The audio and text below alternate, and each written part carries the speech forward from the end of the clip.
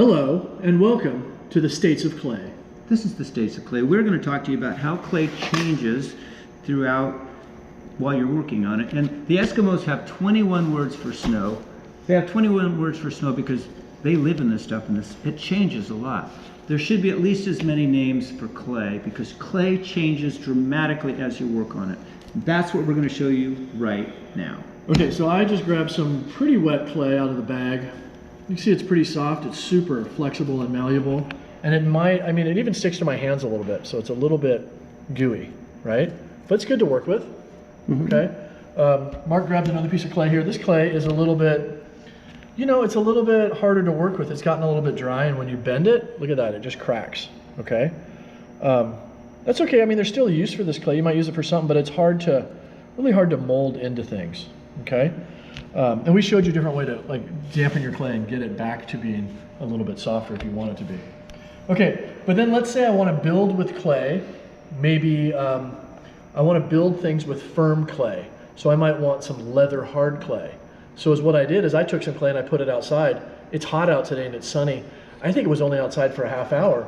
And I got the clay to dry into this state, which we call leather hard. Okay, and if you look really closely at this leather hard clay, you'll see that I can bend it just a little bit, right?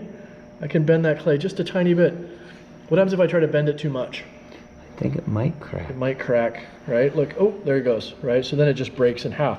But the really cool thing about leather hard clay is that I can cut this clay, I can score and add slip and attach it to another piece of clay, and I can build anything out of this. Right. It's really fun to work with. It has more tensile strength. Yeah, it's got a lot of strength.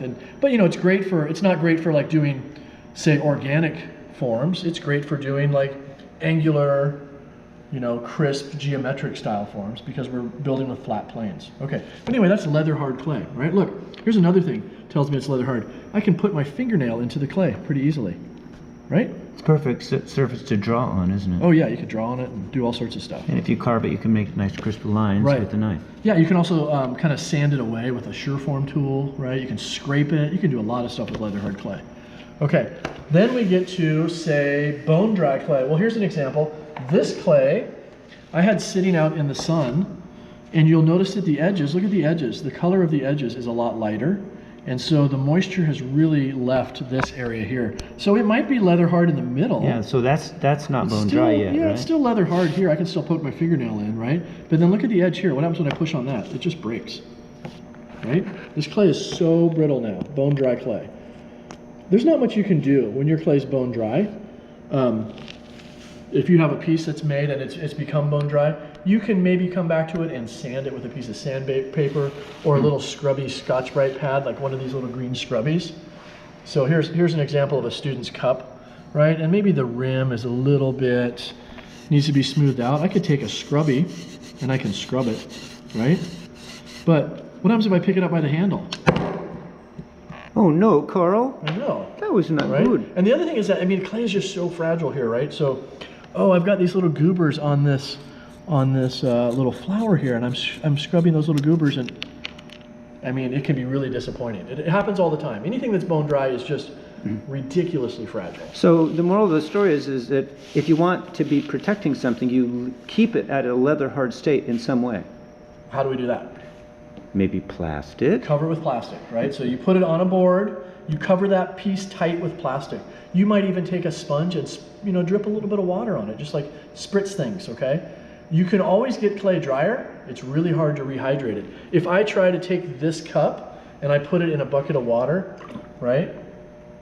That is eventually going to turn back into a piece of clay. We'll keep an eye on it here in a second.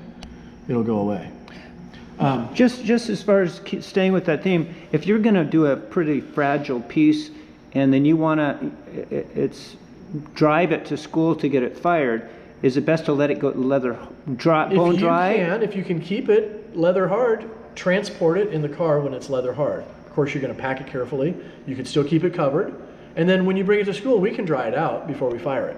But if you try to transport it when it's bone dry, it's more likely to break. It's not impossible, it's just more likely to break. Right. It's its most fragile state when it's bone dry. Okay, so you've made some pots, right? And you brought them to school, and they were leather hard when you made them, and then we let them get bone dry, and then Mark and I put them in the kiln. Okay, so we take them over to the other end of the studio over there. We put them in the electric kiln, and we fire the kiln really slowly. So the first 10 hours of the firing, we go to maybe 180 degrees, like your oven temperature, and we dry the clay out so it's bone dry. We get all the moisture out of the clay, and then we spend another 10 hours going up to about 1900 degrees, right? Pretty hot, okay? And then it spends a whole other day cooling. So the kiln takes like 2 days to fire. And then out comes your pot, and it looks a little bit different, right? It's got a different color to it now, depending on the clay. This clay is porcelain, so it's white. This clay is stoneware, so it's kind of a pinkish color because it's got a little iron in it. And you can listen to it when I tap it. It sounds a lot different than this. Right? Okay, so this clay is bisqueware. It has been bisque fired. It is now ceramic. It's no longer clay. Okay? But it is still porous. So if I were to say get my finger wet and touch the clay, you'll notice that that water soaks right into the clay. Okay? The water soaks in because the clay is porous, but this will never break down and go back into malleable clay again because it's now ceramic. So if you put it in here, like this piece. So if I put it in here, oh hey, get a really good close-up of those flowers. They're disintegrating there. Can you see them really close? You can go underwater. Dude, go underwater. Really? Yeah. Ooh, that's cool.